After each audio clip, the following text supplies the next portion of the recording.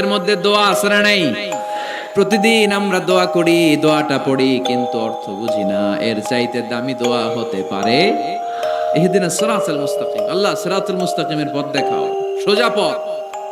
এই জন্য দোয়ার গুরুত্বের কোনো শেষ নাই, এটা অনেক গুরুত্বপূর্ণ। It's an art. দোয়াটা একটা শিল্প। দোয়াটা কি? একটা শিল্প। এটাকে রপ্ত করতে জানতে হয়, এটাকে আত্মস্থ করতে জানতে হয়। সব কাজের মধ্যে first class, second class, third class আছে না নাই? কারো দোয়া থার্ড ক্লাস দোয়া, কারোটা সেকেন্ড ক্লাস, কেউ করতে পারে ফার্স্ট ক্লাস দোয়া, ঠিক কি না? দোয়ার মতো যদি দোয়া করতে পারেন, এটা হচ্ছে ফার্স্ট ক্লাস দোয়া, মুহূর্তে আরশে পৌঁছে যায়। এটাকে রপ্ত করতে হয়, এটার মধ্যে আবেগ জুড়ে দিতে হয়। অনেকে দোয়া করে আবেগ নাই, আছে না নাই? জুমার দিন দেখবেন নামাজ পড়ে ইমাম সাহেব দোয়া করতেছে, অনেক মুসলিম দোয়াও করতেছে, ওদিকে তাকায় আছে, হাত কিন্তু এইভাবে, আর তাকায় আছে জানালার দিকে। ও কি দোয়া করতেছে? কথা বলেন, আছে না নাই? এজন্য দোয়াটা করবেন কায় মনোবাক্যে, খুব আন্তরিকতা দিয়ে, হৃদয় থেকে। আপনার চোখের পানি যেন ঝরে। চোখের পানি যদি কোনো দোয়ার মধ্যে পড়ে, আপনি বুঝে যাবেন এই দোয়া আল্লাহর কাছে কবুল। চোখের পানি এত দাম। 2 ফোঁটা পানি আল্লাহর কাছে সবচাইতে প্রিয়। এক হচ্ছে জেহাদের ময়দানে শহীদের শরীর বেয়ে ঝরে পড়া রক্তের পানির ফোঁটা। দ্বিতীয়টা হলো অনুতপ্ত বান্দার চোখের পানির ফোঁটা। নিজের ভুলগুলো বুঝতে পেরে কেউ যখন কান্না করে আল্লাহর কাছে কাঁদে, তার চোখের পানি চোখ বেয়ে নাকের ডগা বেয়ে মাটিতে পড়ার আগেই ওই ক্রন্দনরত বান্দার জীবনের সব গুণ আল্লাহ মাফ করে দেয়। এজন্য কান্নার কোনো বিকল্প নাই, কাঁদতে হবে। কাঁদলেই ক্ষমা পাওয়া যাবে। তাহলে দোয়া হচ্ছে একটা আর্ট, আমরা বুঝলাম।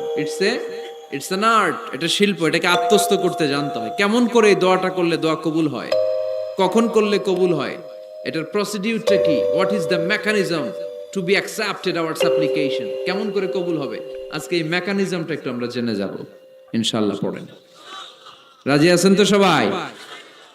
মানুষের তাকদীরের কোনো চেঞ্জ হয় না। আর তাকদীরু লা ইয়ারুদ, তাকদীরের কোনো চেঞ্জ হয়? মহাবিশ্ব সৃষ্টির 50,000 বছর আগে আমাদের তাকদীর লিখে রেখেছে কে? এই তাকদীরের কোনো চেঞ্জ নাই। এজন্য আমরা বলি খাইরিহি ওয়াল কদর, খাইরিহি ওয়া শাররিহি মিনাল্লাহি তাআলা। এই তাকদীরের ভালো হোক চাই মন্দ হোক, সব লিখে রেখেছে কে? এটার কোনো চেঞ্জ নাই, এটার কোনো সাধারণত রদবদল নাই, এটার কোনো পরিবর্তন নাই। আত-তাকদীরু লা ইয়ারুদ্দু ইল্লা বিদ-দুআ। আল্লাহর হাবিব বললেন, মানুষের তাকদীরের কোনো পরিবর্তন হয় না, চেঞ্জ হয় না। তবে তাকদীরের কিছু অংশ যদি কখনো চেঞ্জ হয়ে যায়, দোয়ার বদৌলতে আল্লাহ এটাকে চেঞ্জ করে দেয়। কি পাওয়ার দেখছেন? তাকদীরও চেঞ্জ করে ফেলে দোয়া, তাকদীর চেঞ্জ হয়ে যায়। আমরা প্রায় শুনি মুমূর্ষু রোগী, ক্যান্সারে আক্রান্ত, বাংলাদেশের সবচেয়ে বড় ডাক্তার ঘোষণা দিয়েছে বাঁচবে না, বেশি বাঁচলে 3 মাস। কয় মাস? এরপরেও দেখা গেছে উনি 10 বছর বেঁচে ছিল। এরকম নজির এই দেশে আছে না নাই? কিভাবে বাঁচলো? দোয়ার বদৌলতে। কিসের বদৌলতে? তো এটা যে অনেক গুরুত্বপূর্ণ, এটা কি আপনারা ফিল করেন, টের পান আপনারা? এটা অনেক powerful. It's like a missile.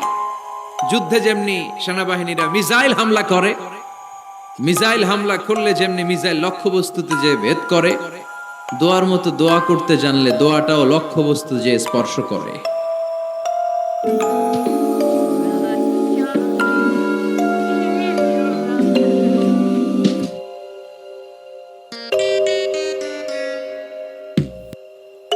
সুবহানাল্লাহ পড়বেন না?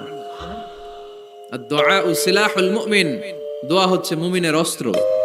শুধু AK-47, machine gun, Chinese Corel এগুলো আমাদের অস্ত্র না মিয়া। আমাদের অস্ত্র হলো দোয়া। রাতের তাহাজ্জুদের জায়নামাজে চোখের পানি ছাড়ার যে দোয়া, এটা আমাদের সবচেয়ে বড় অস্ত্র। চিল্লায় বলতে হবে, ঠিক কি না? এর চেয়ে দামি অস্ত্র আমাদের নাই।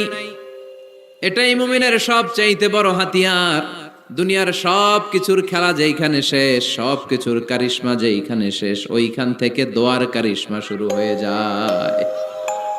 এজন্য আল্লাহ বলেন, ক্বালা রাব্বুকুম উদউনি আস্তাজিব লাকুম ও আমার গোলাম, তুমি আমারে ডাকো, আমার কাছে প্রার্থনা করো, আমার কাছে হাত তুলে চাও, চাওয়ার মতো চাইলে সব আমি দিয়ে দেব।